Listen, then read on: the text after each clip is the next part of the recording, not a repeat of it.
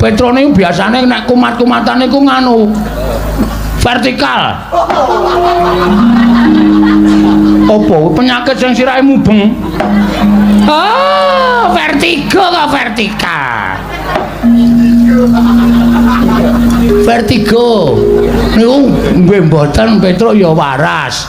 Di tes air kencingnya niku ya ora ana penyakit napa-napa. Terus diperiksa diadiane niku nggih ambegane normal, jantunge nggih sehat. Apa jenenge? Paru-paru nggih apik. Monggo Petro rokoke ra bantre ra jamak-jamak tok. Kula kan ngerem ngene kampas entek. Pancen kula ngajar Petro niku. Trombole ngrokok iki direm kampas entek go wis ben blong ya men ngono. Paru-parune ya apik. Terus pengeluaran ya apik. Pokoke kabeh normal. Terus kula niku bingung lha kowe jane lara apa to, Tru? Lara kok mangane biasane sedina ping 3 kok sakniki ping 5. Lho, mangane malah akeh. Mangane malah akeh. Awake saya lemu nika. Kok lara? Ning pancen awake panas. Nek kula demek ngangge telapak tangan niku kira-kira ya 58 derajat. Kuwi panas banget lho, Bang. Enggak. Wong kula bathuke kula nggih goreng tempe barang.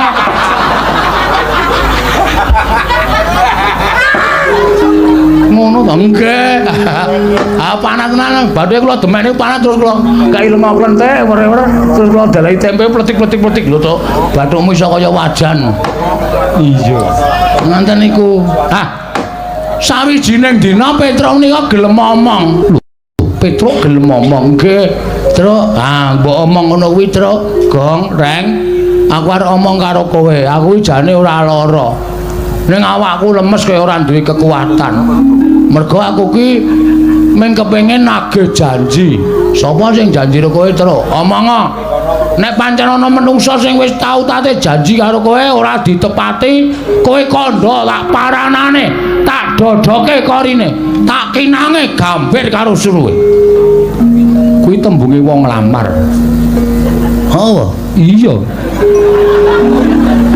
Tak dodoke korine ra sikate wonge. Lah. Ben bulanang mbok wedok asikat. Aja nekat. Ayo ta Reng.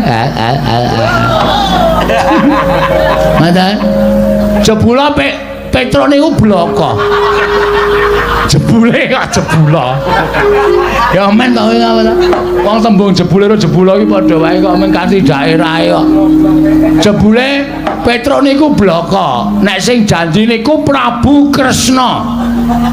Prabu Kresna tau tate janji kali Petro. Duk nalika lakon bangun jembatan bangun Candi Saptawarga. Bangun Candi Saptawarga. Sampeyan ngendika kali Petro to, "Truk, nek kowe iso mbalekke pustaka Jamus Limasada, kowe esuk tak pek mantu." Ora. Kapan yo? Weh, lah iki iso tak glimpange tenan iki.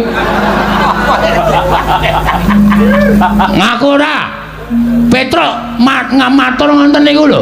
Sinuwun kudu emot Purwadasina. Nuwun sewu lho sinuwun. Sabda Brahmana Raja. Pangandikaning Narendra, pangandikaning pendhita menika kaya Wikresna tumaming Dlancang Seta tan kena lumebek malih. Nek sampeyan dadi ratu menclah-mencle esuk tempe sore dele padha wae.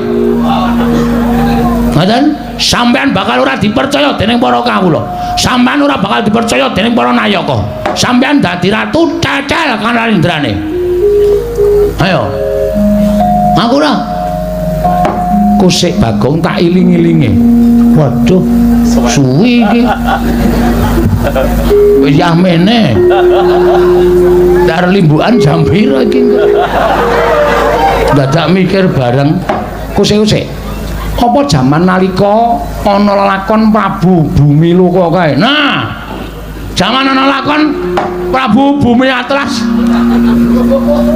Bumi Loka karo Dewi Mustaka sapa ning? Ah ora ngerti kok. Sapa? Mau nek ora ngerti ora usah melu. Wis mripate kira bodho.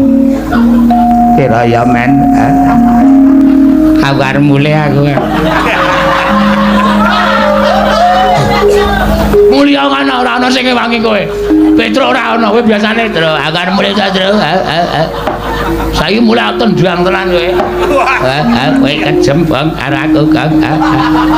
Bapak penemban lajeng wangsul. Balya. Kok dadak sambat karo aku.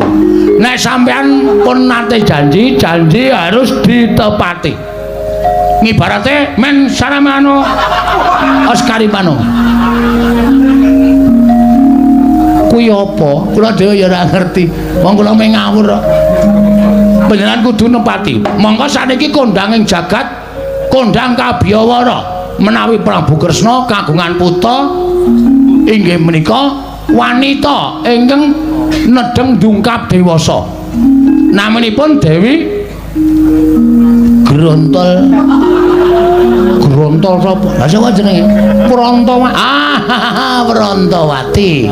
Lah niku sing digayuh kalih Petruk Kanthong Bolong. Nek jane kula ya ora setuju. Petruk kok dadi mantune Prabu Kresna. Ah saya gleleng tenan Petruk. Wong Petruk iki kere-kerewe glelenge ra jamak-jamak kok. Apa meneh nek dadi mantune ratu. Wah, wis ngeplaki sirah kula saben dina. Wis kono. Wong jaluk kira kok ngarep warung ngarep kae. Monggo-monggo sing bayar nggih kula ora urung. Iya, nggih ning gandeng bangane Petruk niku mati merga lara ora keturutan sedyane nggih. Alung panjenengan kula aturi nepati janji. Kula aturi nepati pangandikanipun Sinung Prabu Sri Bathara Kresna. Nek sampeyan ora kepareng netepi ing pangandika nuwun pangapunten kula wis dipasrahi Purbawasesa karo Petruk Kanthong Bolong. Gong sisan gawe. Nek kowe labuh aku ya labuh tenan, Gong. Aja ming setengah-setengah. Nek perlu mati diwujuti. Oke, Tru. Wong urip ki mung do antri mati kok. Karepmu piye saiki? Nek Prabu Kresna ngoncati le janji, ora ngaku tau tate janji, amuken negara Ndarawati. Oh, siap. Mula nek sampean ora ngakoni nautate sumpah kalih Petruk dinten mangke kula aturi sedya jagang sing jero beteng sing kandel Ndarawati kula buyuki bathange gareng. Aku ngapa ta Gang? Aku kira ngapa-ngapa karto buyuki. Kula buyuki bathang sayuta. Kula ora wedi musuh wong Ndarawati. Mangane kelangan Petruk luwung Bagong mati nang Ndarawati kula lakoni legane atiku.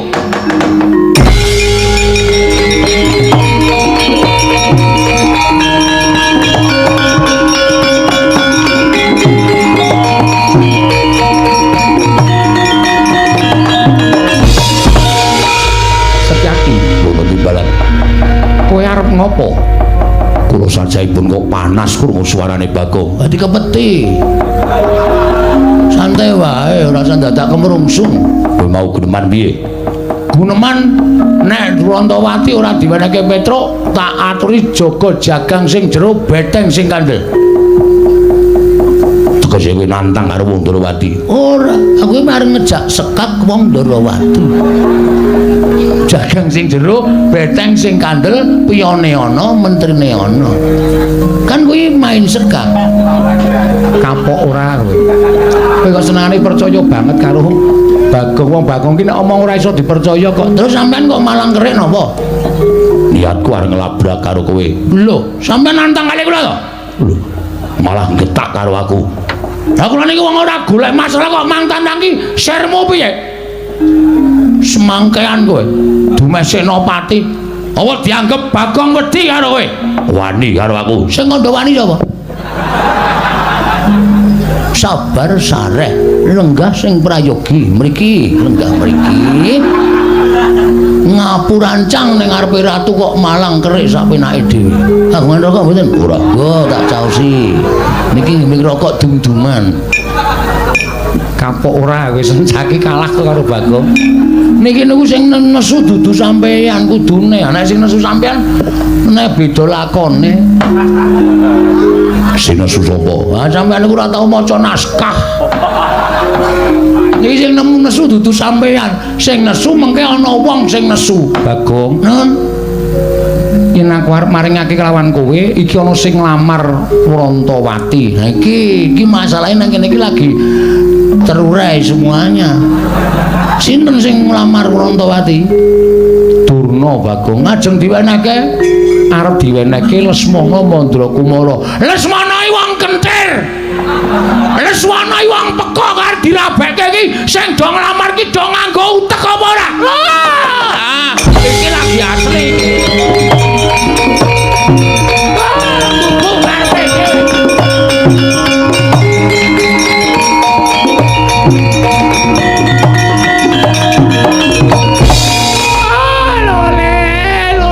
Walu gimbal manyar-manyar joneng dungkul wana dadi alas dadi wana Bagong kowe berkencang Pak Papong kali codhe sapa sing gawe wong edan ngene Bathara-rada barang dinggo kene nganggo istilah aku nek ora nganggo istilah ya rugi ya ngopo Begawan Durna kowe muni piye Kresna aduh sorry sinuwun Lesmana wong kentir Lesmana wong edan lho kowe kok iso ngarani Lesmana kentir ki sebabe apa heeh ora aku wis apal karo Lesmana wis suwe. Aku wis tepung karo anak Ngastina. Nek anak Ngastina iki pancen Ratu Ngastina mung di anak siji, ning nuwun sewu, anake rada ngene. Anake rada pecuk, anake rada kentir. Mula nek Sinuwun Darawati ngrabekke Lesmana karo Wrantawati iki Sinuwun Darawati bakal tegel nampa kesengsarane anak, bakal tegel nyumurupi kasengsaraning anak. Mula nek Sinuwun Darawati maringake Wrantawati aku ora ikhlas. Aku ora ikhlas. Ora ikhlase Bagong. Mergo aku bakal kelangan kakangku ya kuwi Mas Petro. Nek nganti ora kelakon dawuh karo Wrantawati, Petro bakal lara. Nek Petro lara, gedene tekaning pati, aku kelangan. Nek ngono nek kene padha-padha ngarepe Wrantawati. Saiki ngene wae. Digawe sayembara. Sayembara apa? Sapa sing iso ngalahke Begawan Durna? Boyongan Wrantawati. Dadi iki. Wes gayeng iki. Siap, Reng. Oke.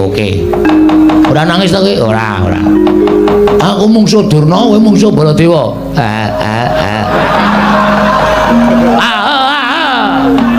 Gresani wong wareg. Anggere weruh terus ngrus wetengku ora. Ngono wae Reng, siap. Ora usah nangis. Niki sayembara sampean. Teng pundi pamane wong neter kanthi tayan. Wah, metu japa. Wah, cundha manik jeblok wetengku.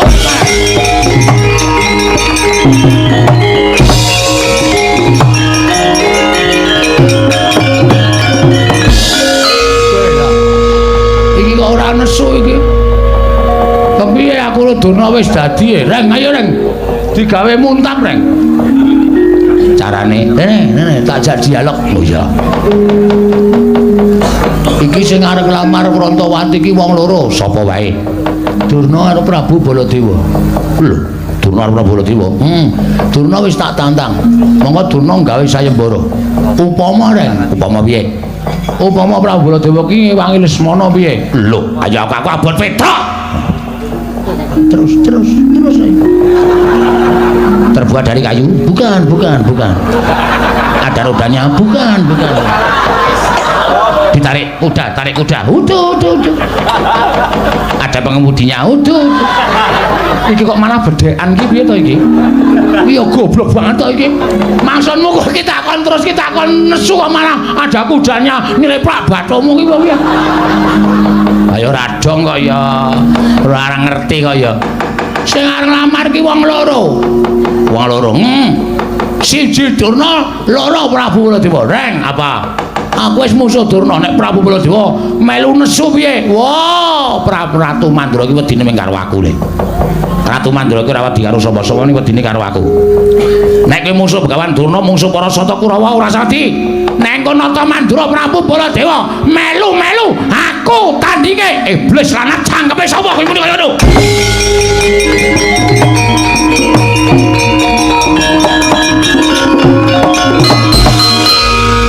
Sapa sing nantang Baladewa sapa? Sapa sing nantang Baladewa sapa? Diar kowe. Sengane gawe masalah ora.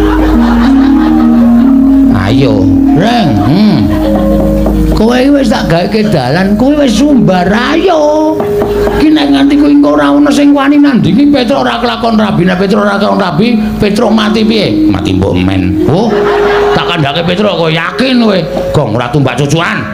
Aku karo Petro ki sayang kok ya. Ha iki muni, para kawan. Dalem. Sing arep nantang Baladewa mau sapa? Sing arep musuh Baladewa mau sapa? Sapa? Ora ono ngarwani karo Baladewa kaya.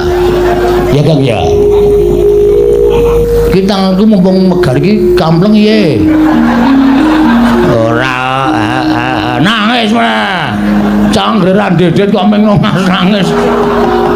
Titik-titik nangis, titik nanggeran wong jajan nangis men ditukoke. Oh, anggeran wong nyumet udut nangis men disumetke. Wong kok kaya ngono lho. Ayo guys. Kula sing nantang. Lho, kowe wani karo Baladewa sing tawedeni apamu? Ngendi? Mamane wong neter kadetean. Manut. Lapangan voli ya gelem, lapangan basket ya gelem, lapangan bal-balan ya gelem. Teng pundi? Ajemlo teter kadhe sampeyan pasan boyong Urantawati.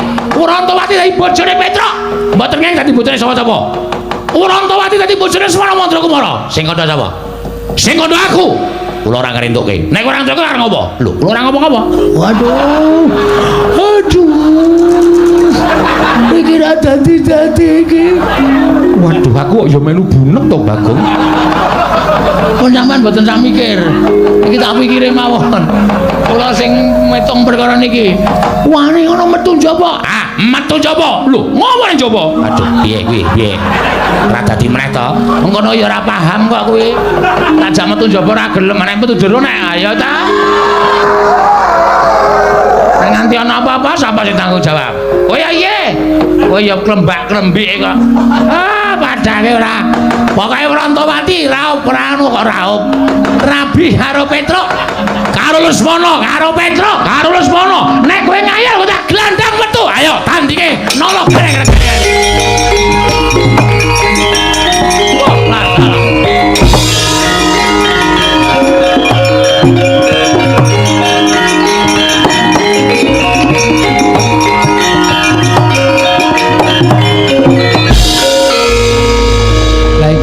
Wong nantang kok ora dirampung wis padha mlayu metu kok malah do tetenguk.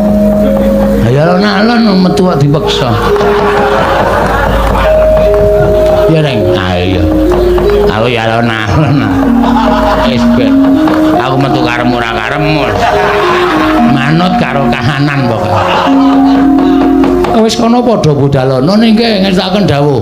Ning aja gawe kapitunaning para kawula ya Bagong ngestaken dawuh nala garing 10 gaja gawe kapitunaning para kawula ngestaken dawuh Bagong nek Durna sing maju ora usah melu-melu jotosane. Oh siap.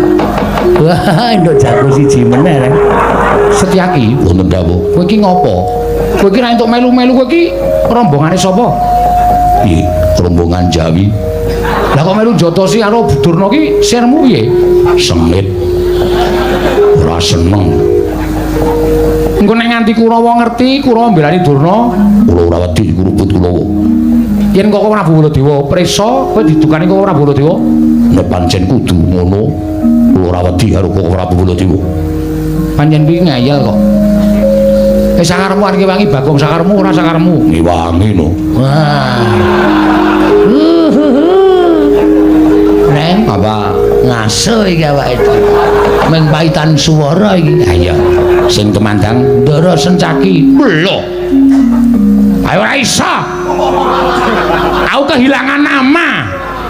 Nek nganti Ndara Sencaki omong so Prabu Baladewa, piyai sing padha mresani ki do ngenteni mengko. Jam-jam setengah siji, jam siji engko do ngenteni gareng nek musuh Baladewa ki kahanane kepiye. Ngono. Iki mbubarke apa ya? Struktur. Ya wis ngono aku ora sida ngewangi. Wah, cangkemmu elek kok, Neng. Iki nek ora sida ngewangi awak dhewe iki nyambut gawe sing tenanan. Ponokawan do metu wis do metu ayo do metu. Wis do metu gawe wis. Nggih, yo metu yo.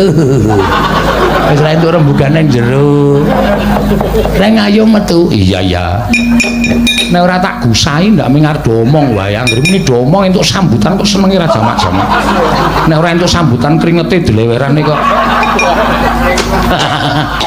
ngecewe. Iya. Neng iki saiki wis ora usah dadak golek sambutan. Aku metu wis viral. Sing kandha sapa? Oh, Prabu menika Nalindra kok gunemane kaya ning kampung. Aku nuruti karo Bagong iki lho. Sampun, matur nuwun sing yo sing ati-ati nggih. Oh. Lah. Edian tenan. Ora tatanan. Orang ketrucut kena yo, kena yo. Wong angin kok digiring iki lho. Udawa kok mesam-mesem. Kula menika menawi weruh polaipun Bagong menika rasane raosipun kepengin gajul ning kok aneh. Wong kok kaya ngono. Lho nika. Wong edan iki ndodok ning kono kae lho.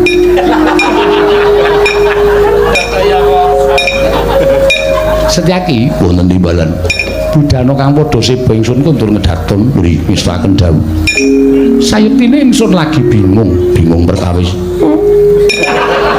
Udawa tulung kae tendangan kon lunga kae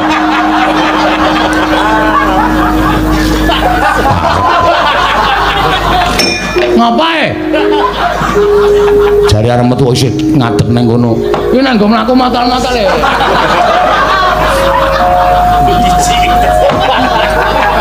budana kang padha sepa nggih ngestaken dawuh wonten ana paduka kala wau paring dawuh dene paduka sajaipun nendheng Sunggawa pusaka Ndarawati oncat pusaka Ndarawati oncat iya senjata cakra ilang saka padokaning pusaka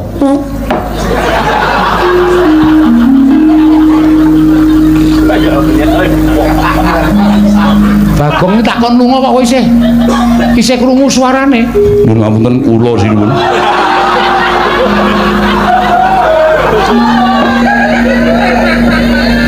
Udawa. Inggih. Nyuwun ngapunten budal kang padha seba ingsun kundur kedhaton menistaken dawuh. Nyuwun pamit madal masilan sing ati-ati aja kaya bocah cilik. Nututi lamun katututan lamun mangsa prawira digdaya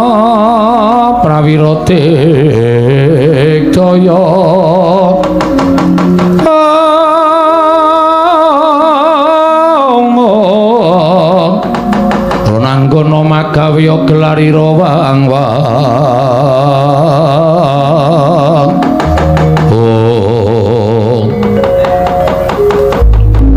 Ndara Kartomarma iya Bagong aku sing goleki karo kowe.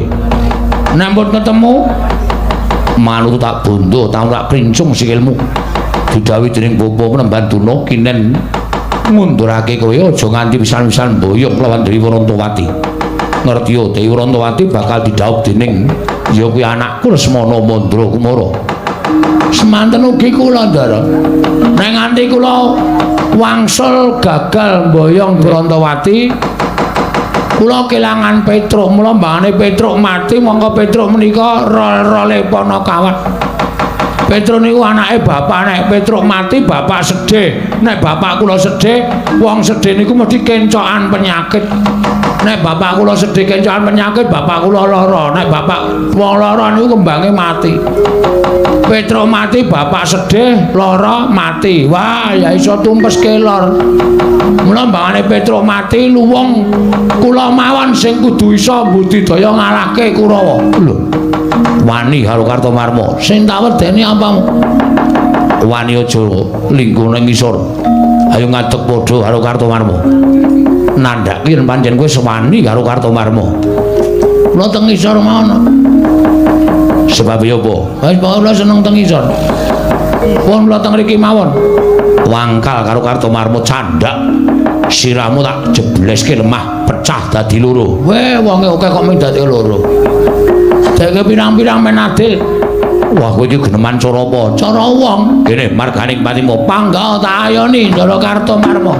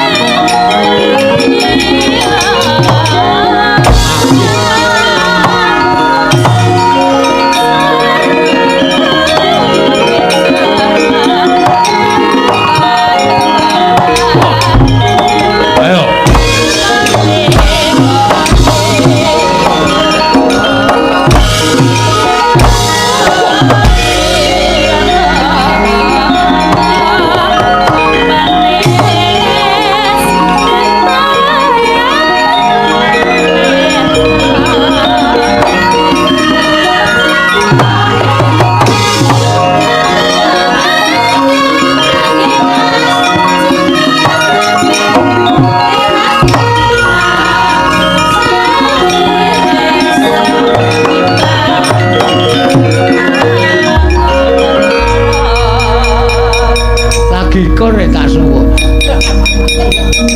Mula aja ngawur. Lah ngawur piye wong kadane suasanane kudu suwuk kok apa dadak ngenteni. Nane rebo docong lu mayu mungkur. Bagong kowe tak tulungi. Nggih, matur sembah nuwun nggih, Den. Bodho-bodho. Kok sampean peduli kali kula? Sing sae niku sampean peduli kali bencana mboten kali kula. Bagong, non, aku ra mentolo yen to kowe diajar para sata Kurawa. Iki mau kowe dikapake karo Kartomarma. Rekae nggih kaya arwani ning jebana pancen kula niki wong kalahan. Diantem, dibanting, duncalke kula wis matek iki. Nek nganti tiba teng aspalan mesti babak bundas kula. Untung wonten sampean. Bagong, non.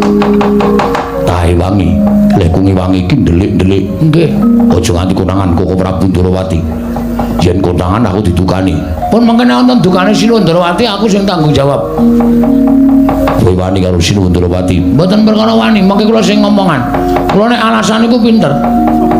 Niku tagih utang bola-bali wae iso alasan kok. Pamane ming matur Sinuwun Prabu Sri Bathara Kresna. Yen ngono-ngono aku didukani, kowe sing alasan. Siap. Kula sing maju. Ya Bagong nggih. Ki mak plothok kontrole sing kene ana sing rusak iki. Iki lho. Ada kandhane ngeyel. Malah nyekekek ngeguyu aku.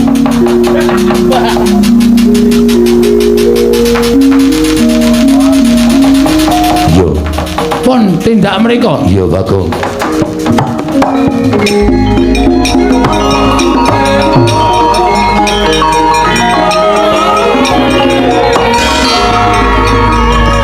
Melayu Bagong, non aku lagi wangi cukup semene wae. Waduh, lagi golek tenaga kangelan sampean mboten wangi. Bagong, non sing maju dudu Kurawa meneh. Sapa? Koko Prabu Mandura mongko nggawa Kyai Nenggala. Sumbar-sumbar yen Setyaki ngewangi Bagong, Koko Prabu Mandura ngewangi Kurawa. Saiki wis maju ning Pabaratan nggawa Kyai Nenggala. Sampeyan wedi? Ora wedi, ning aku wedi didukani Koko Prabu Ndarawati. Aku engko sing ngomong. Tenang to. Iki ana MC-ne. Rasa kuwatir, aku engko sing ngomong Prabu Kresna. Nek Prabu Kresna pancen arep nyalahke karo sampean. Sampean bener. Sampean iku mbelani kalih kula. Kula wong ringkih, kula wong cilik, kula wong bodho, kula ming kawula. Nek kula ajeng dikeroyok Kurawa sampeyan duwe rasa mbelani niku tukul saka jiwa kasatriyan sampeyan. Iya, nggih. Ora usah wedi. Mungsuh Nenggala wedi. Nenggala pusaka ampuh. Gunane apa Setyaki duwe gada wesi kuning? Jupuk. Tantang Baladewa Nenggala karo gada wesi kuning menang endi? Ngono. Engko ming ngono kok mundur wah dipiyi presane bayi akeh. Isin Setyaki Senopati Ndarawati kok wedi karo Nenggala. Gada wesi kuning diturun Nenggala kira-kira menang endi? Men disekseni piyayi akeh. Ngono Bagong ke? Yo.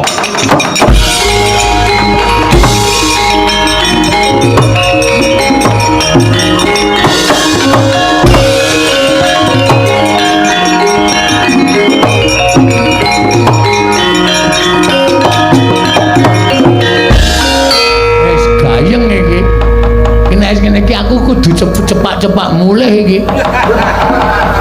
Engko nang nganti aku didukani Sinuwun Ndarawati ra iso omong aku. Mongko kae nggawa gada wesi kuning karo Nenggala. Wah, pecukan gada wesi kuning ditu karo Nenggala pusaka ampuh. Duer. Sinuwun Ndarawati cloro. Ana ngopo Setyaki? Reng, ngapa?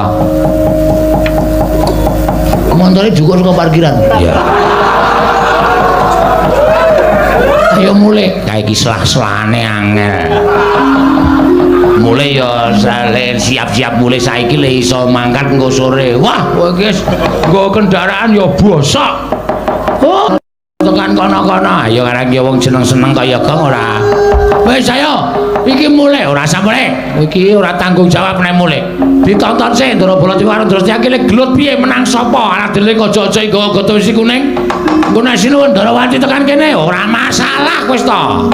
Sinuwun Darawati ki wong arif, wong bijaksana kali.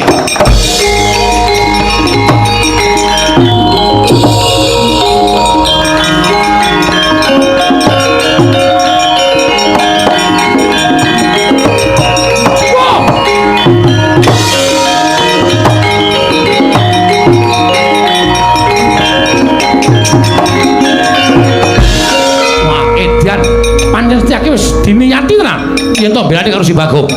Lho, ngliga pusaka Garba Ruji Kyai Godosi Kuning. Dasar Purnyata.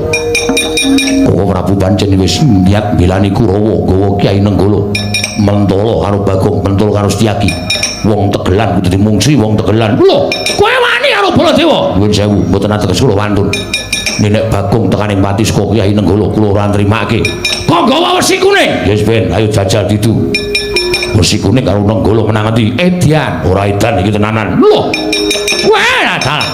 Arep nyoba pusaka kadewatan. Jojo Kyai Nenggala. Diban goto wesi kuning pecah. Wah, mati tenan aku. Tak tegeli kok ora Prabu. Setyaki, Setyaki.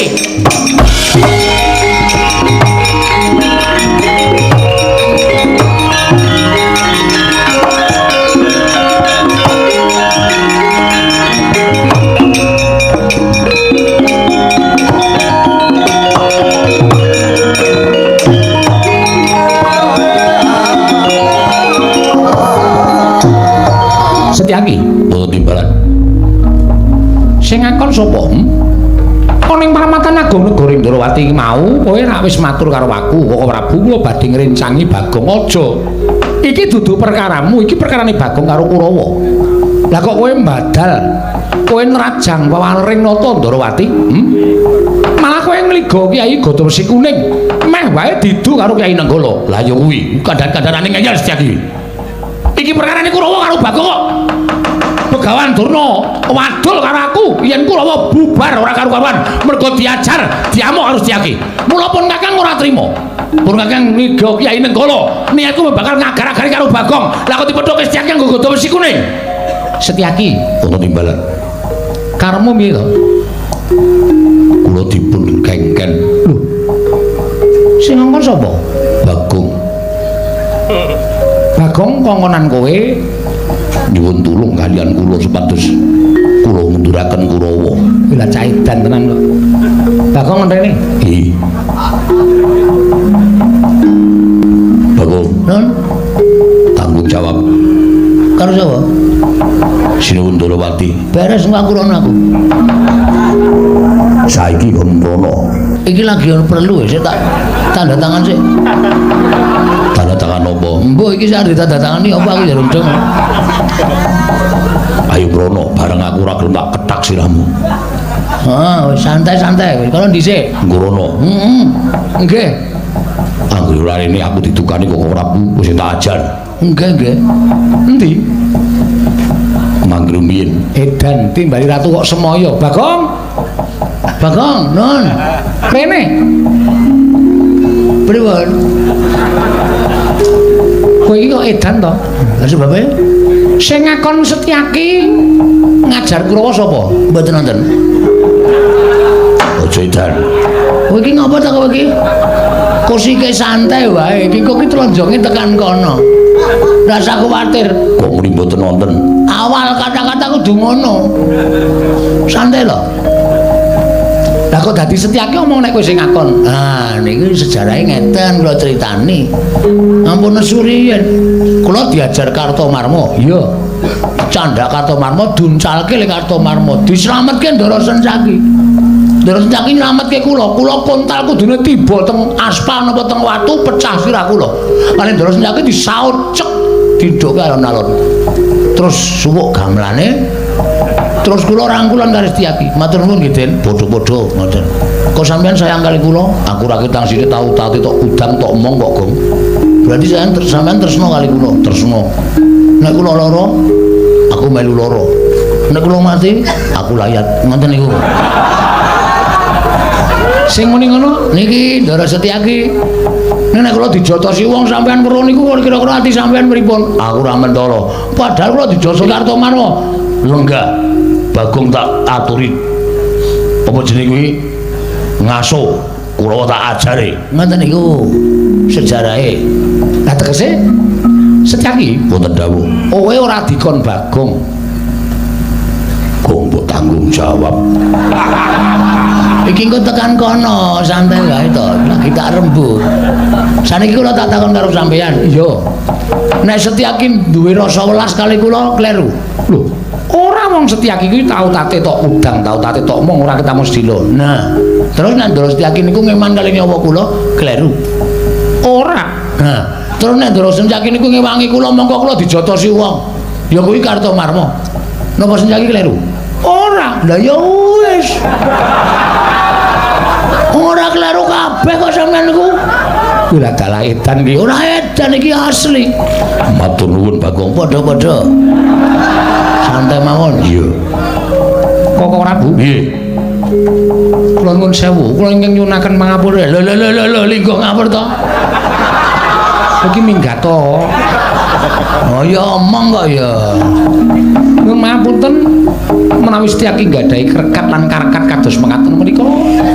Namunipun ra inggih memper to Prabu. Lho mesti Setyaki ngitung-ngitung. Kurawa tekan niki sing nggawa aku ing ngembeta panci panjenengan.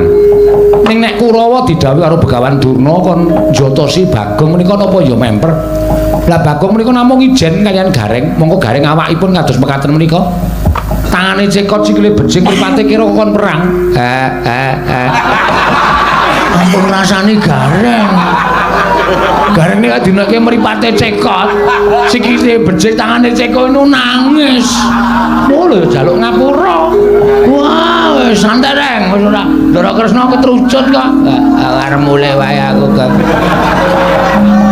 Bariki mulai bariki ya. Menika kula suwun sewu, menapa inggih panjenengan mentala.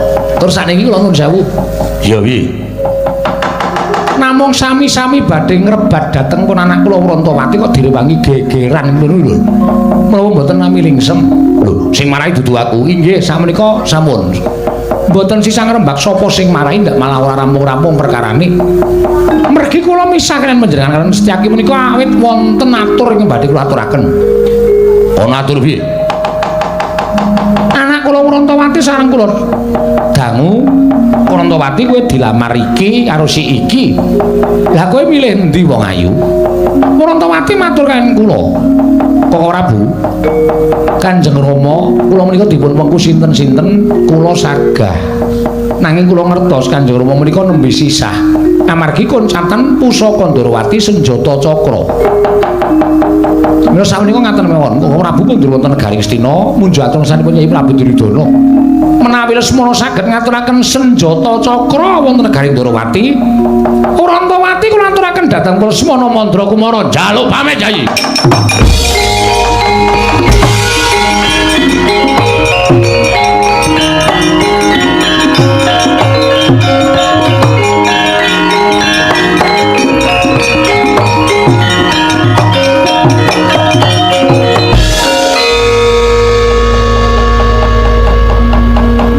Semanten ugi kula nggih nganten menika. Iya Bagong, aku ora bakal wola-wali.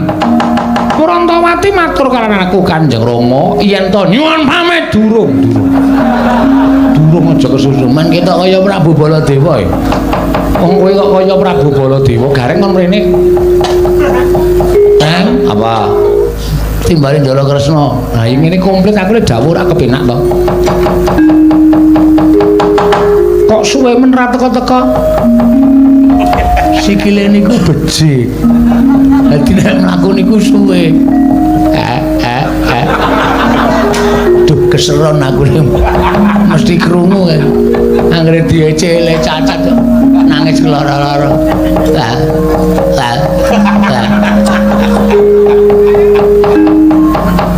Kowe Baliya nggih. Omong karo Petruk nggih. Petruk bakal tak wengku dadi mantuku netepi janjiku. Nggih. Nek ya Petruk kudu iso ngaturake senjata cakra. Waduh. Prilang dek kapan wis ora perkara kuwi prilang dek kapan ora senjata takon werna-werna. Mergo aku wis ngerti ukaramu kaya ngapa kuwi aku wis ngerti. Kowe iki mung senengane guyon sembur-sembur adas. Iya ta? Nggih. Ning nggih nyuwun prisa mergo hitungan Jawa niku iso mbok menawa kula iso ngitung Jawa.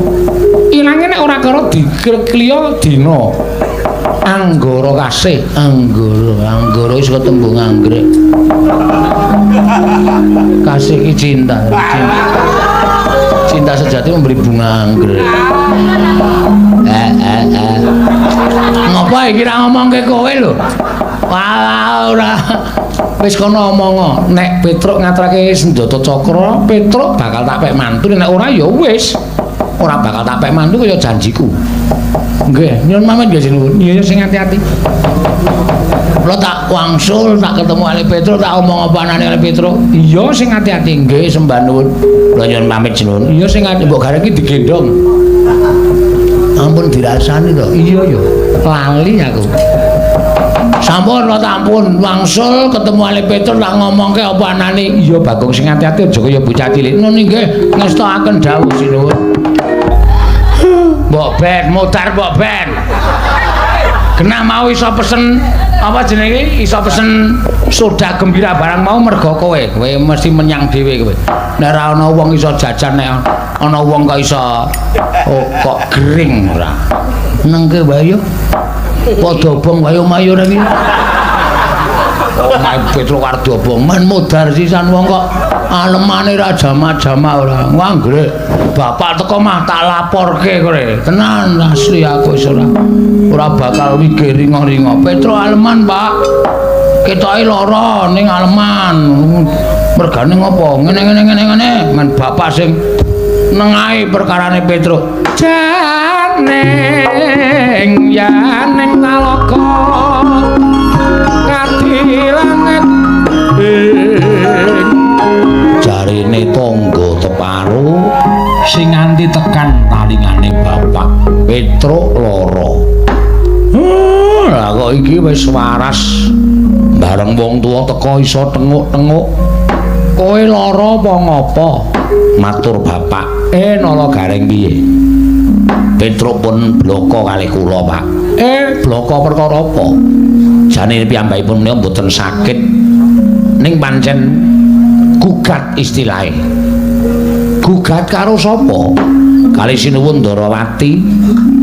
Lah sebabe Petruk tau tati dijanjeni nek iso ngasta kundur pustaka Jamus Lima Sada badhe dipun pek mantu. Lah Petruk niku krungu nek Sinuwun Ndarawati niku duwe putra Dewi Rantawati. Sinambi neter ketrimaning urip, Petruk kepengin nagih janji Sinuwun Ndarawati. Mbok ya wis Petruk, kowe iki ming drajating wong cilik. Kowe iki ming Panakawan. Ora usah dadak werna-werna. Mboten perkawis werna-werna, Pak. Ning kula ming kepengin ngugemi panjenenganipun Sinuwun Ndarawati. Malah Petruk wis utusan kalih ingkang putra Panala Gareng.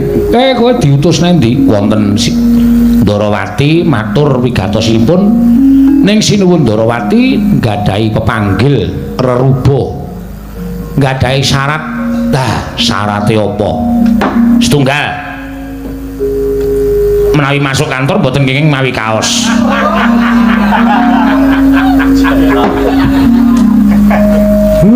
Ora tak gawe kira mripate, sampun kira, Pak. Setunggal Petruk kudu iso ngaturake iki menika pusaka Ndarawati sing ngilang.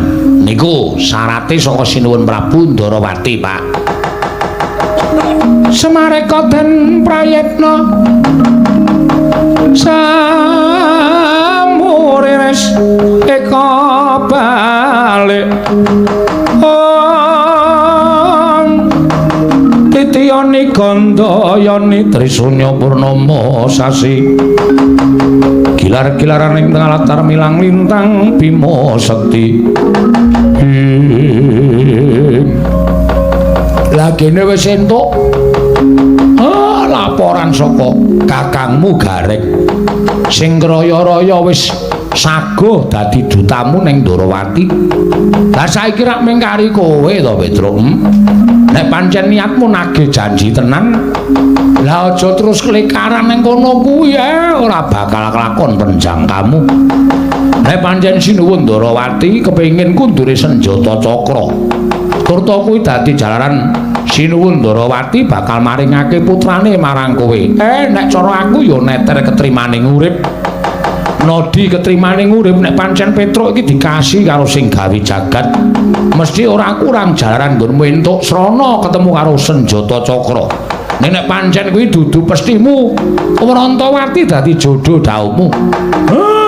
Nadyan mbok kaya ngapa nggenmu ngupaya senjata cakra ora bakal kelakon.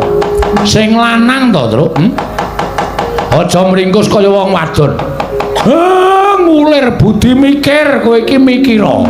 Nek pancen duwe niat ya tumandang karya ora klekaran kaya wong lumpuh kaya ngono kuwi, Petruk.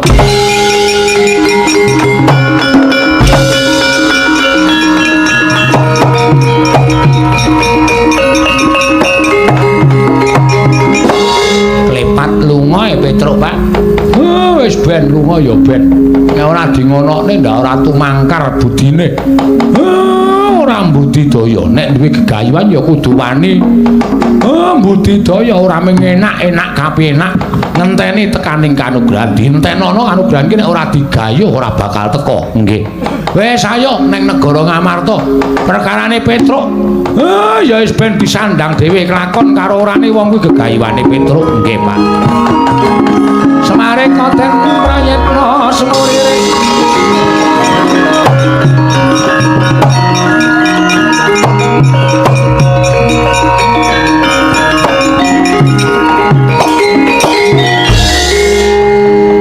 sithik ngendikaning bapakne kok nyocok ning ati kaya iso nggugah karo rasaku nggonku mbudidaya. Lah bener ngendikane bapak nek minta tinggal kelekaran etok-etok aku loro nganti anggere esuk aku nyumet anglo tak kake ngisor tempat tidur men awakku krasa panas menek demek aku dongkrani aku loro lah nek tak ngonone terus ora bakal lakon ya golekane ning yo nendi modal ora kowe coba mongko senjata cakra iki pancen ilang tenan goleki pusaka iki nek ora pancen wong pinter pancen wong wasis ora glakon penjangkaku ngesti karo Purbaning Wang Mahanasa. Purbaning Dewa nek pancen Petruk dadi jodoh dhawuhing Wrantawati, mesti dewa ngewangi karo Panakawan.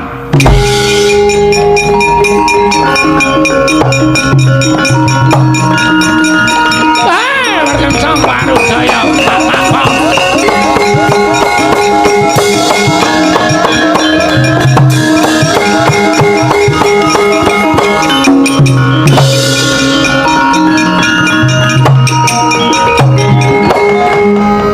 Mangkah anggro sesumbar lindhu bumi kuncing kumaluduk guntur ketul par kenceng Warudaya pak pong buk bolong kali cuti nyamanya ngawe Petruk Ibu Kulon Rada ya ulun ingkang merapta ning Janaloka ulun ngerti sambat kita kan kita kepengin nagih janji kawan nata ing Ndarawati kapireng dening Purbaning Wang Mahanasa ya Sang Hyang Manikmaya tumulin uding lan panjenengan ulun minangka duta supaya merepi kalan jeneng kita kula Petruk Kantong Bolong matur sembah nuwun ulun ya Ruhanira Petruk yen ta ulun mrapta ning jagat iki sayekti bakal paring pitulungan kelawan jeneng kita pitulungan menapa ulun kita bakal ulun paringi pusaka ngaran Parisuli suli bambu ora sembrono Parisuli iki pusaka iki dadi sarana kita nggone bakal ketemu karo senjata cakra jaranipun nek wis ulun paringi Parisuli iki mlaku mangidul bener aja menggok aja nganti kita tumoleh terus ngidul terus kuwi lho tekan marang kusuma kuwi lho wis ora sembrono kita iki syarat oh nggih matur nuwun kaparingana pilun ya Petruk Kantong Bolong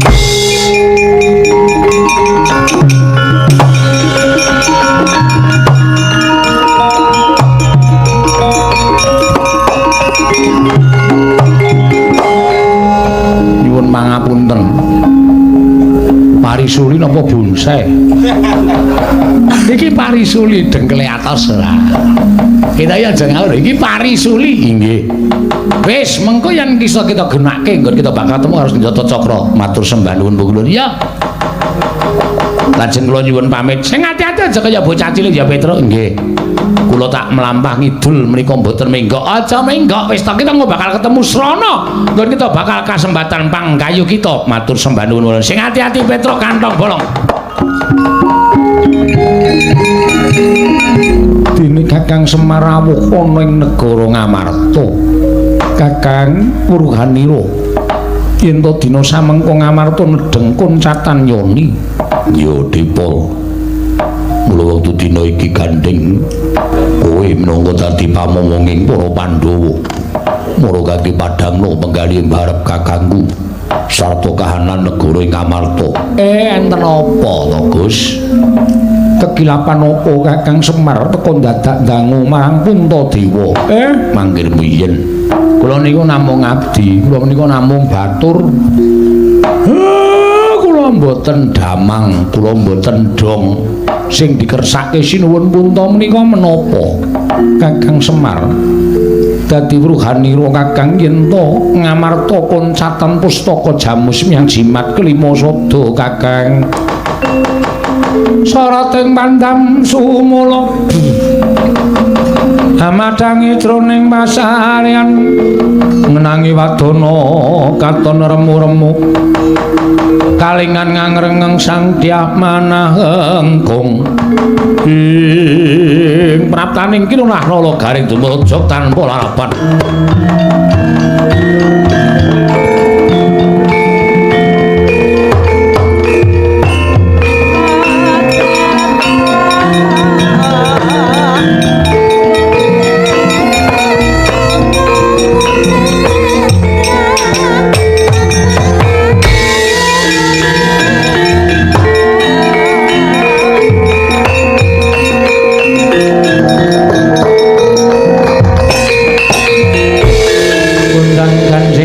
Kelap-kelap katon lerken sanging risang mawe gandrung nungo garing melayu-melayu matur Ndara Puntadewa sewu lepat diagung pangaksami nedhengipun kula jejagi wonten alun-alun negari Ngamarta dumadakan tanpa mboten kanyono-nyono wonten Alindra kembar ingkang ngamuk suram tanpa nirbaya nirwikara ngamuk punggung wonten negari Ngamarta. Kakang Semar Ndara Werkudara Ndara Janaka mang pethuke mbok menawa niku dadi jalaran sampeyan pinanggih kan pustaka Jamus kelima sada.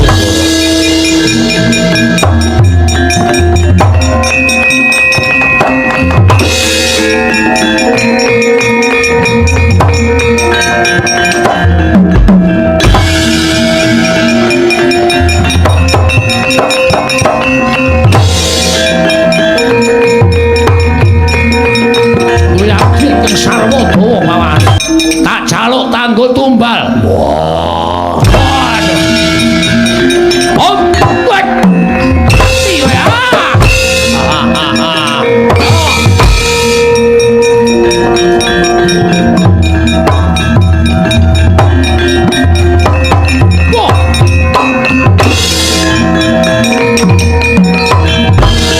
Satrio bagus. Panengah Pandhawa Raden Janaka sapa? Jaya Sudirga. Jaluk abdi Ngamarta ing pawane Sarwadawa ora bakal tawenake. Lakon tinjung akhirat. Oh.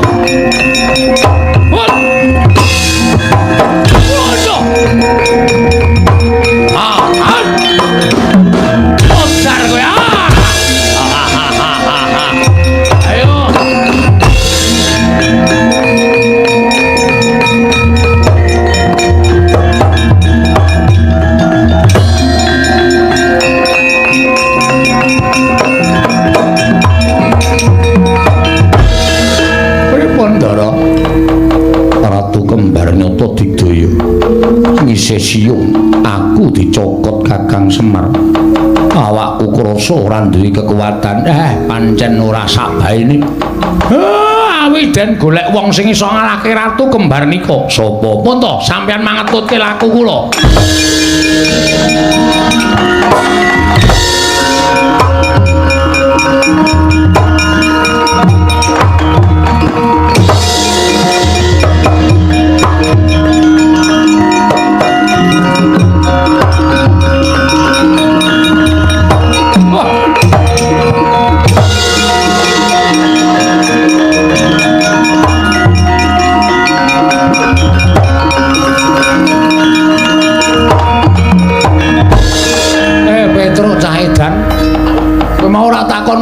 budal to. Aku ngalor sik ya, Pak. Kok ketemu nang kene? Lah ya ora ngerti kaya mbok menawa keparenging dewa ngono. Piye lakumu? Ketemu pukulun Bathara-Narada. Ketemu Narada? Heeh. Terus diparingi pusaka. Mbah, pusaka iki gunane nggo ngopo? Kowe diparingi pusaka karo dewa. Pak. Pusaka kuwi gage gunakno, Petruk. Iki eneng pigunane. Pigunane apa? Ngamarta diamuk ratu kembar loro. Pusaka kuwi mbok menawa iso ngasorake ratu kembar loro kae. Pangestune, Pak.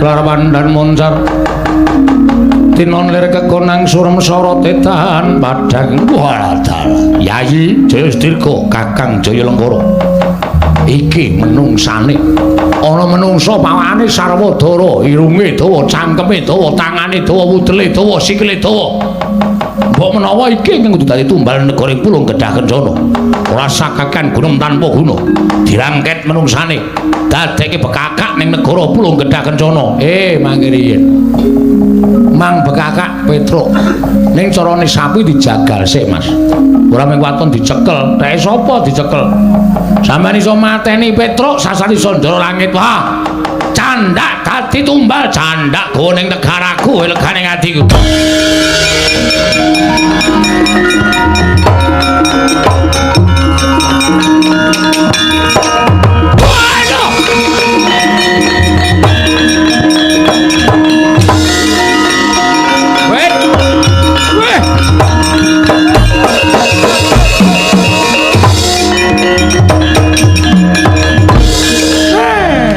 jebul maringi dalan karo aku. Mir. Semir. Reneo.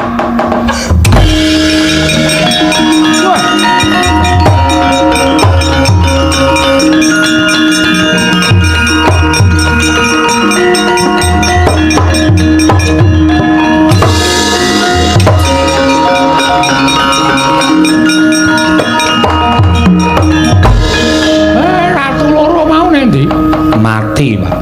Ilang wujuding latu loro. Wujud pusaka iki ora pangling pustaka Jamus Lima Sada. Nah iki senjata cakra. Iki sing tak goleki. Iki aku bakal dadi mantu ratu. Waduh, gleleng Petruk. Wah, saya sombong kowe asli. Kowe iki kerewe sombong kok. Apa meneh sugih. Saya ngewak-ngewake tenan bejane dhewe-dhewe kok, Gong. Petruk. Pustaka Jamus Lima Sada ndak suwun. Monggo ning senjata cakra kula sing balekke lho. Aku wae sing balekke. Wis. Karo sapa war dialum sapa-sapa war dialum. Kancane iki dingengei kok. Ana wae dikei. Anggere ana sing dudi foto. Lho, wis tau aku. Ya. Cilaka carane. Wah, pahit. Yo wis pustaka Jamus Lima Sada wae. Nek senjata cakra kula sing balekke mawon.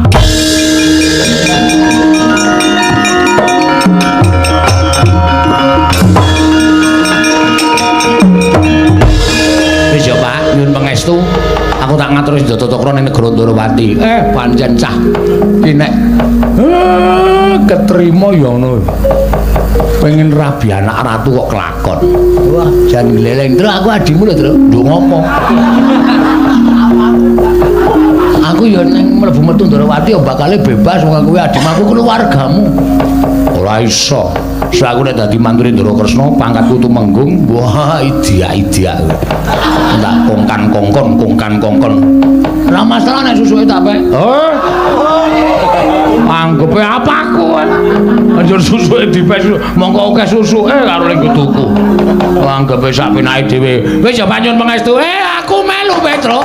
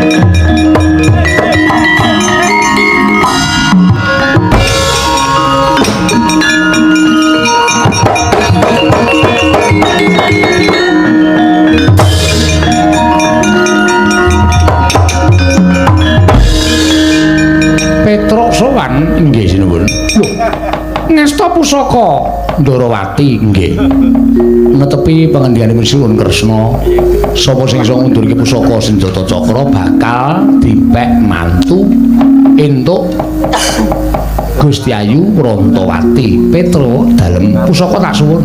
Mangke riyen sampean kudu ngendikake. Petro kowe tetep dadi mantuku wonten pusaka kula kundurke. Petro pun nggih pun.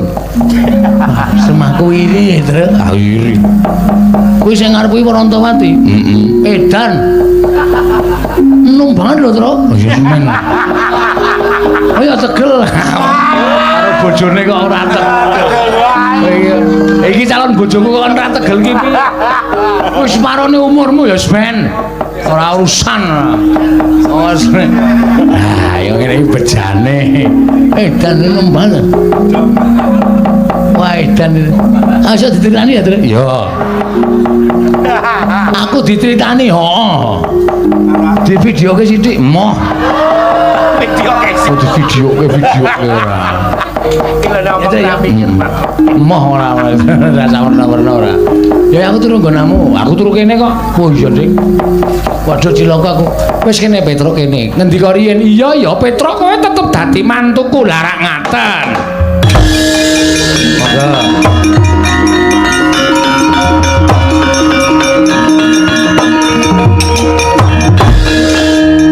Rantawati wonten dawuh jumbuh lawan sumpahing wong atuamu kowe kudu nampa ya. Bojomu Petro mboten menapa-menapa Rama. Kula pikantuk Kilurah Petro menika rumaos kula malah memanjang dhateng umur kula sebabe Kilurah Petro menika gampil ngecul tur yo seneng tetembangan mesti wae ning ati ayem. Kilurah Kang wetengku dicekeli Kang. Lha rasane piye, Tru? Wis ngene urung.